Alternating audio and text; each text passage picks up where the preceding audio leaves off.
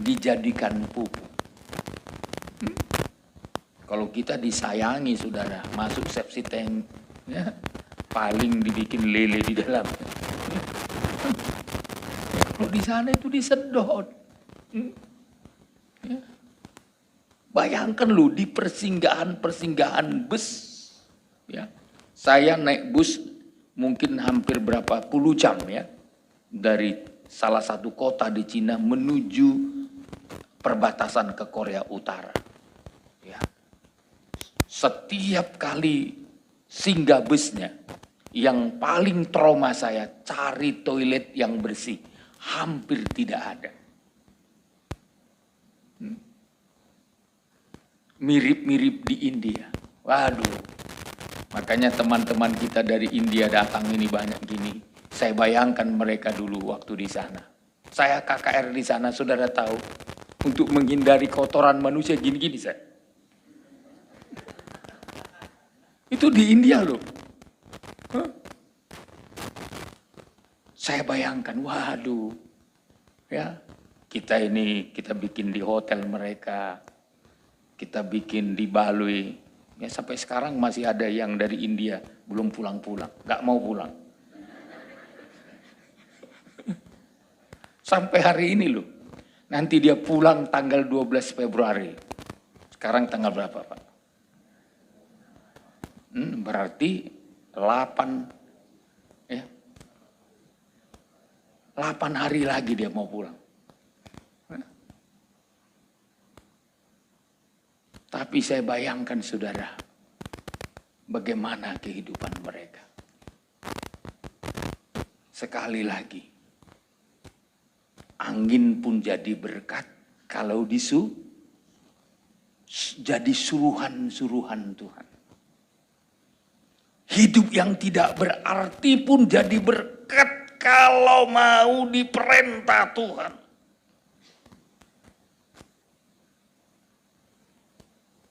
Kalau mau diperintah Tuhan pasti terjadi mujizat.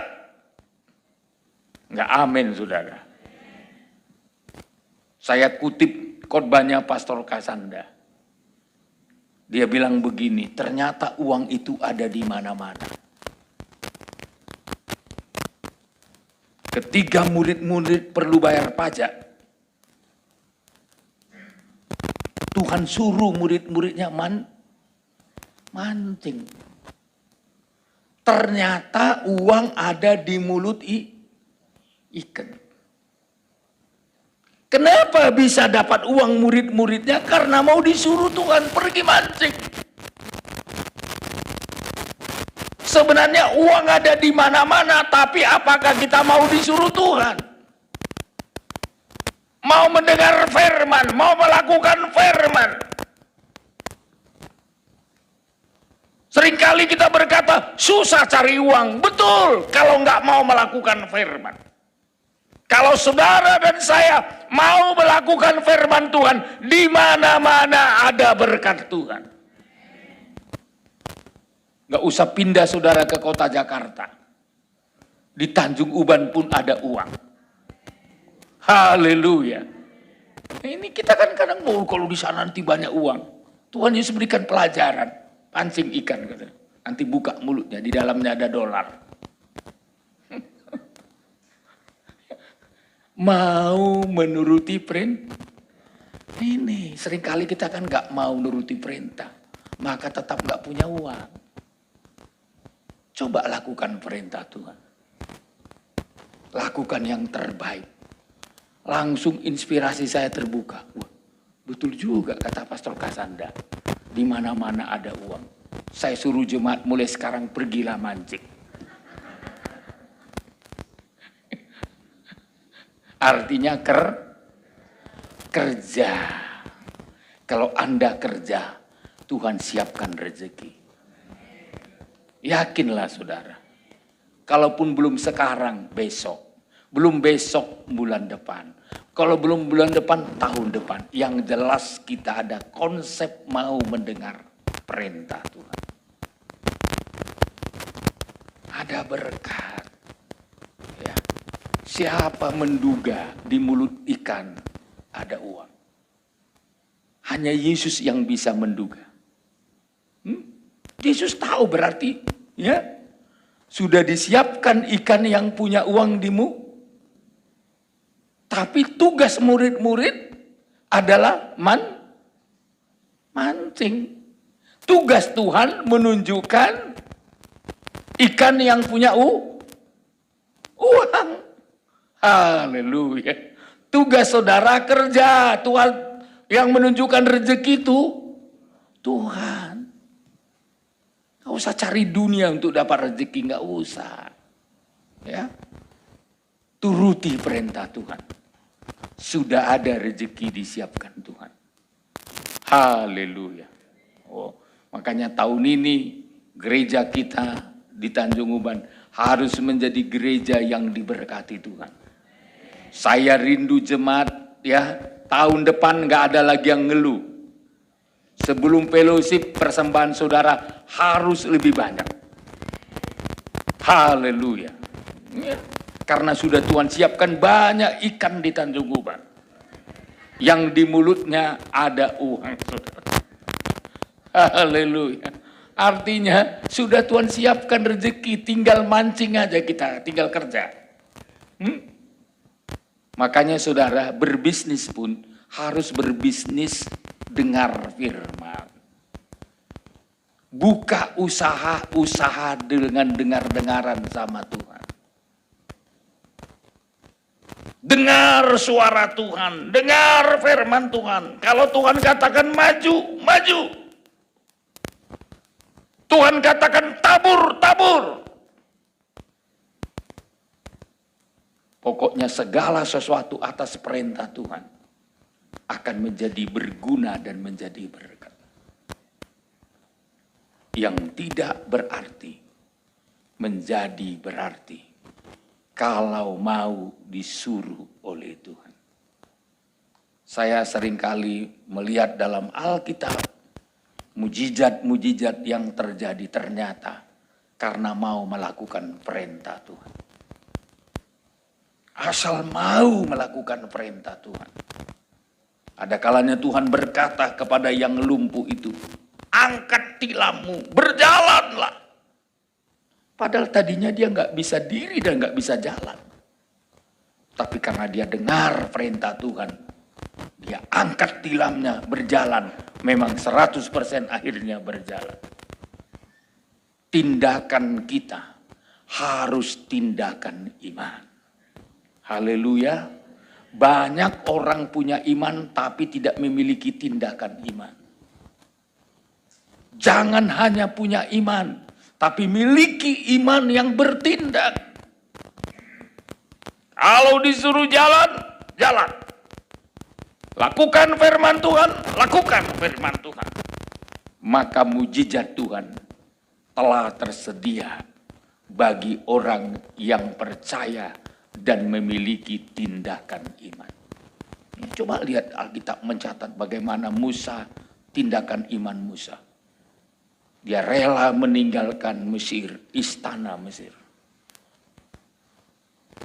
Dia rela menderita bersama dengan umat Tuhan karena tindakan imannya. Ya. Pokoknya orang yang memiliki tindakan iman pasti akan melihat mujizat Tuhan. Iman yang bertindak. Mari kita lakukan, terutama tahun-tahun ini. Kalaupun orang katakan tahun sulit, tapi saudara yang memiliki tindakan iman pasti menemukan jalan keluar. Haleluya, pasti memiliki jalan keluar. Jalan keluarnya bukan dari saya, jalan keluarnya langsung dari Tuhan, si pemberi iman dalam perjalanan hidup kita. Apa saja, bidang apa saja, saya yakin milikilah tindakan iman. Pasti diselesaikan Tuhan apa yang kita butuhkan. Jadi yang pertama, Tuhan memperhatikan kita, saudara, dalam hal-hal yang tidak berarti menjadi berarti. Yang kedua, bentuk perhatian Tuhan yang kedua, Dia memperhatikan kita di setiap langkah kehidupan kita. Langkah-langkah kita pun diperhatikan Tuhan. Dan kalau Tuhan memperhatikan langkah-langkah kita, saya yakin Tuhan akan memberikan yang terbaik untuk jalan-jalan hidup kita. Ayub pasal 31 ayat 4. Ayub 31 ayat 4. Ayat 4. Bukankah Allah yang mengamat-amati jalanku dan menghitung segala langkahku? Iya. Terus? Jikalau aku bergaul dengan dusta, atau kakiku cepat melangkah ke tipu daya, biarlah aku ditimbang di atas neraca yang teliti, maka Allah akan mengetahui bahwa aku tidak bersalah. Iya. Jadi yang kedua, bentuk perhatian Tuhan yang kedua, Tuhan mengamat-amati jalanku dan menghitung segala langkah-langkahku. Berapa langkah saudara Tuhan tahu? Berapa langkah yang sudah saudara tempuh? Tuhan betul-betul menaruh perhatian, mengamat-amati jalan kita. Apakah jalan kita lurus atau serong? Tuhan amat-amati dari sorga. Apakah jalan kita menyimpang ke kiri dan ke kanan? Tuhan amat-amati dari sorga.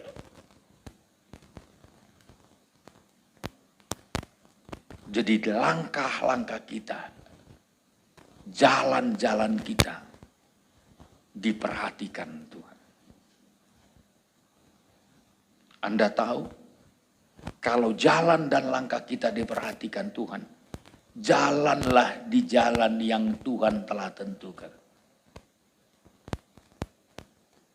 Melangkahlah di langkah yang Tuhan tentukan. Maka Tuhan sediakan langkah dan perjalanan kita harus semua lewat tongkat gembala. Ada banyak lain jalan, tapi berjalanlah di jalan lewat tongkat gembala.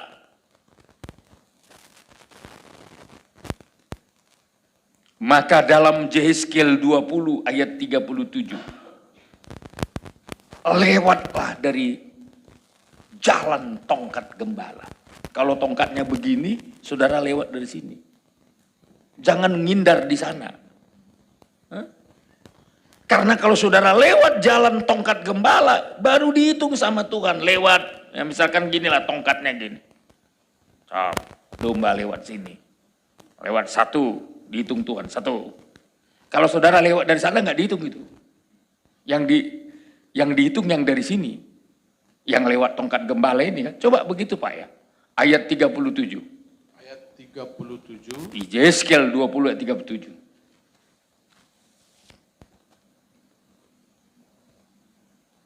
Aku akan membiarkan kamu lewat dari bawah tongkat gembalaku. Terus? Dan memasukkan kamu ke kandang dengan menghitung kamu. Ya. Jadi kita masuk kandang dengan dihitung sama Tuhan. Lewat apa? Lewat tongkat gembala. Jadi Tuhan memperhatikan orang yang lewat tongkat gembala. Ini yang masuk hitungan 1, 2, 3, 4. Kalau dia lewat memutar, nggak dihitung.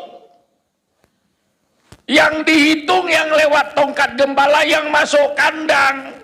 Jadi yang dihitung sama Tuhan adalah domba-domba yang tergembala. Ini yang dihitung Tuhan. Hilang satu aja dicari sama Tuhan. Dulu kan ada lagu itu kan.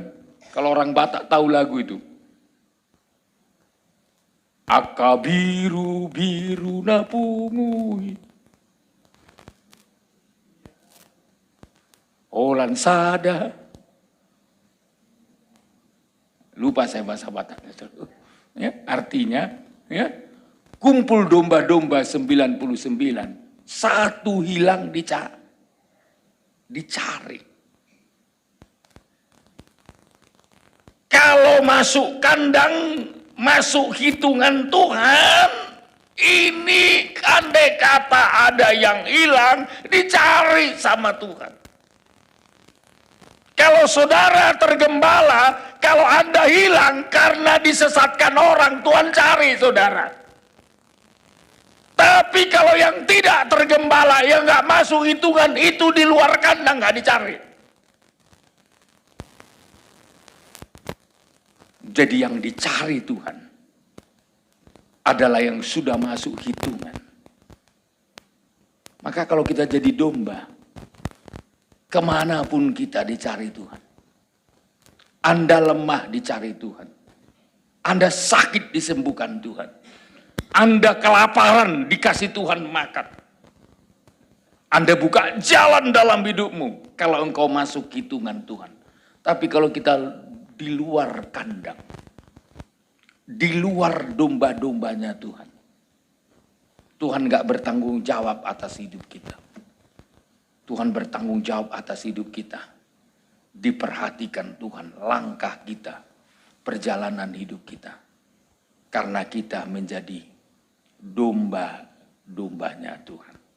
Jadi poin yang kedua, bentuk perhatian Tuhan yang kedua, langkah-langkah kita. Yang ketiga, yang terakhir saudaraku, ya, bentuk perhatian Tuhan dalam hidup kita. Ketika kita diuji oleh Tuhan. Jadi perhatian Tuhan yang tertinggi adalah menguji kita. Kalau Anda diuji Tuhan, tandanya Tuhan memperhatikan saudara. Kalau kitab Ibrani, kalau kita katanya anak yang dikasih, kita dihajar, ditegur. Bahkan kadang kalah kita berada masuk dalam pencobaan. Karena Tuhan mengasihi kita. Anak yang kukasihi, ku tegur dan ku hajar. Relakanlah hatimu. Jadi yang ketiga, saudara, ya, Tuhan menguji kehidupan kita. Karena ini bentuk perhatian Tuhan. Ayub pasal 7 ayat 17 sampai ayat 18. Ayat 17 sampai 18. Ya. Apakah gerangan manusia sehingga dia kau anggap agung dan kau perhatikan? Amin. Saudara yakin manusia, saudara dan saya dianggap Tuhan agung dan diperhatikan Tuhan? Amin. Bagaimana caranya? Ayat 18. Dan kau datangi setiap pagi. Terus. Dan kau uji setiap saat. Ini bentuk perhatian Tuhan. Didatangi dan diuji setiap saat. Jadi kalau datang ujian, datang pencobaan, itu karena Tuhan perhatikan kita. Kalau Tuhan tidak lagi memberikan ujian, Tuhan tidak lagi memberikan didikan, itu tandanya kita sudah dibiarkan.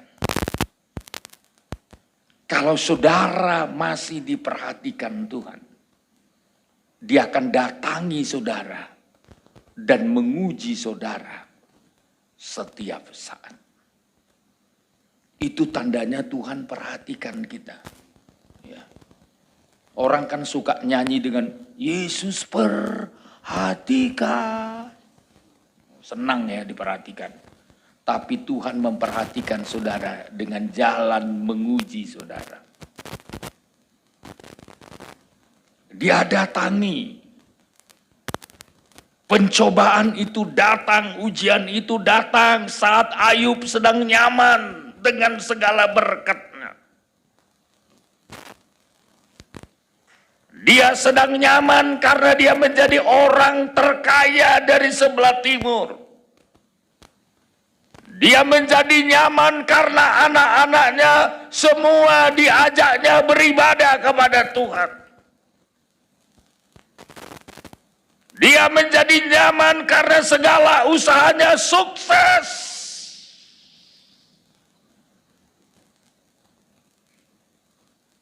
Tapi di tengah-tengah hidup yang nyaman,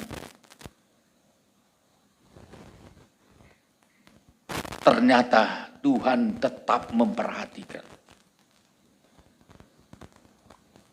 Pertama, setan ditanya sama Tuhan tentang Ayub.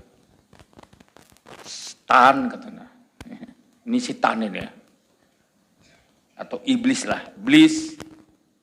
Ya. Apa kau lihat hambaku Ayub?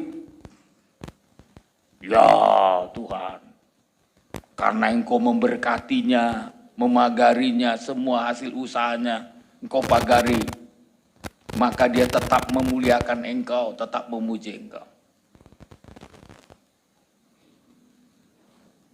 Rupanya setan pun memperhatikan Ayub ya. Apalagi Tuhan. Kalau gitu gini aja lah. Ya. Kuizinkan kau jamah. Kau jamah usahanya. Ya, kau jamah pokoknya semualah. Dengan kata lain, Ayub harus masuk ke dalam ujian-ujian. Apa tujuan Tuhan? Sebenarnya tujuan Tuhan yang utama adalah supaya kualitas kehidupan Ayub makin meningkat. Tuhan ingin memberkati Ayub 2 kali lipat, walaupun sudah diberkati. Rahasia diberkati sampai 2 kali lipat sebenarnya adalah kalau mau melewati ujian-ujian, Anda akan mendapatkan berkat yang biasa kalau saudara tidak mau diuji. Tapi kalau saudara mau melihat berkat lebih besar lagi, izinkan Tuhan membawa saudara melewati ujian. Kalau saudara mau tetap kelas 1, nggak usah ujian. Anda tetap kelas 1. Tapi kalau saudara mau naik kelas 2, ujian dulu, baru naik kelas. Ujian lagi, naik kelas lagi. Ujian lagi, naik kelas lagi. Dan terakhirnya ujian. Dan akhirnya lulus dan tamat menerima ijazah. Seringkali kita saudara nggak mau diuji. Padahal ujian itu pertama membuat kita naik kelas. Yang kedua membuat setan tutup mulut. Setan itu kan suka ngoceh itu.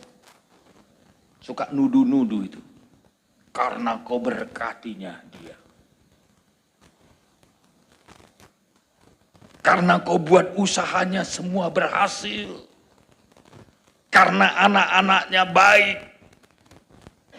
Karena dia sehat-sehat. Oh sekarang diizinkan Tuhan. Oke silakan. Kau jamah dia. Pertama, seluruh hartanya habis. Malah saudara, waktu seluruh hartanya habis, dia berkata, terpujilah Tuhan. Dia yang memberi, dia yang mengambil. Segala sesuatu dari Tuhan. Ya, apa enggak diam setan? Tadinya tuduhan setan kepada Ayub.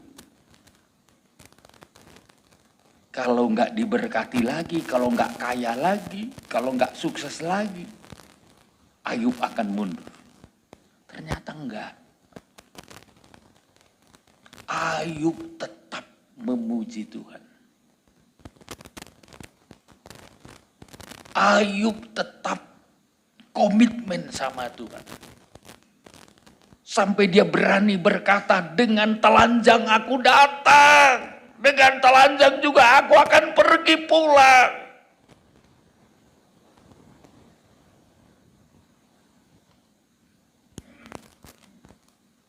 Saya kagum saudara. Ujian tidak mempengaruhi iman Ayub terhadap Tuhan.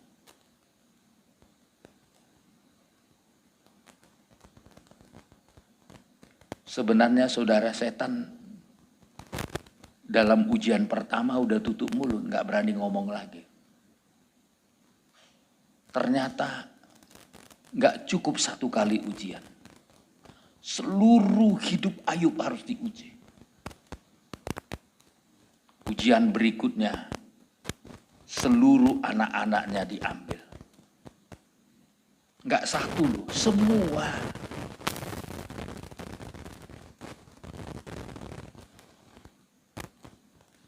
Semua loh.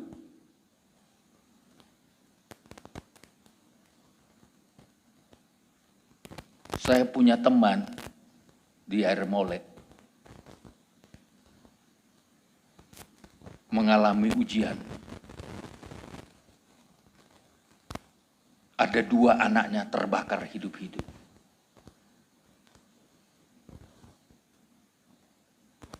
Ini orang yang saya layani dulu waktu saya masih jadi penginjil. Anaknya ini masih kecil saudara. Ditinggalkan di rumah. Rupanya ya lampu itu lampu. Dulu kan masih lampu teplok ya. Ya disentuh anaknya ini main-main jatuh, tuang minyaknya tertuang ke kasur, lalu langsung terbakar. Akhirnya rumah itu terbakar. 2 orang anaknya tewas. Ya. Meninggal karena terbakar. Dan ketika saya tahu berita itu, karena saya tahu persis karakter bapak ini. Ibu itu agak rohani, bapak itu kurang rohani. Saya pikir begini, ini pastilah murtad nanti bapak itu. Ternyata saudaraku, saya dengar beritanya, malah dia sekarang jadi gembala sidang. Lewat peristiwa ujian itu, dia mengambil keputusan menjadi hamba Tuhan. Wah, saya terus terang, saya memuji Tuhan. Biasanya orang, kalau tanggung-tanggung penyerahan hidupnya, pasti kecewa dan putus asa. Tapi justru membuat dia menjadi pelayan Tuhan. Menjadi hamba Tuhan yang lebih sungguh-sungguh ikut Tuhan. Saya yakin setan pun akan bungkem mulutnya. Kalaupun datang pencobaan dari berbagai sudut dalam hidup kita. Amin. Dan karena setan gak berkutik lagi, akhirnya apa? Tuhan memulihkan Ayub. Tuhan memberkati Ayub lebih daripada waktu sebelum dia mengalami ujian.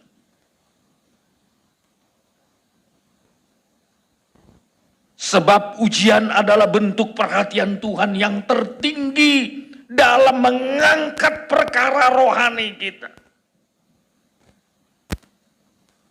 Saya mengatakan ujian bertujuan supaya kita seperti Yesus.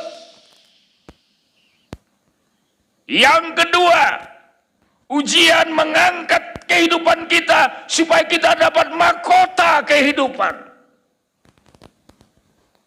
Yang ketiga, ujian membuat kita memiliki mahkota kemuliaan yang serupa dengan Yesus.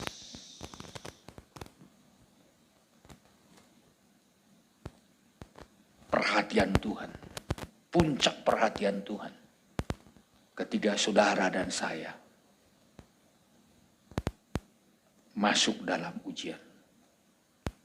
Ujian bukan karena Tuhan kejam. Ujian bukan karena Tuhan mau menyakiti kita. Ujian bukan Tuhan ingin merendahkan saudara. Tapi ujian untuk membuat engkau semakin nampak kualitas pengikutanmu. di dalam Tuhan. Maka kalau datang ujian, itulah waktu yang tepat. Saudara semakin diperhatikan Tuhan. Haleluya. Haleluya. Oleh sebab itu jangan putus asa. Oleh sebab itu marilah berjalan makin lama makin kuat. Karena engkau diperhatikan Tuhan. Sekali lagi yang tidak berarti menjadi berarti. Langkah-langkahmu pun diperhatikan Tuhan. Ketika Ayub berkata, langkahnya pun, bahkan dosa-dosanya pun, ya, diperhatikan Tuhan. Supaya kehidupannya semakin mantap di hadapan Tuhan. Dan terakhir, ujian-ujian menunjukkan perhatian Tuhan yang tertinggi. Kiranya Tuhan memberkati kita, kiranya Tuhan menolong kita sekaliannya sekarang dan sampai selama-lamanya. Oh, pujian syukur kami hanya kepada Tuhan.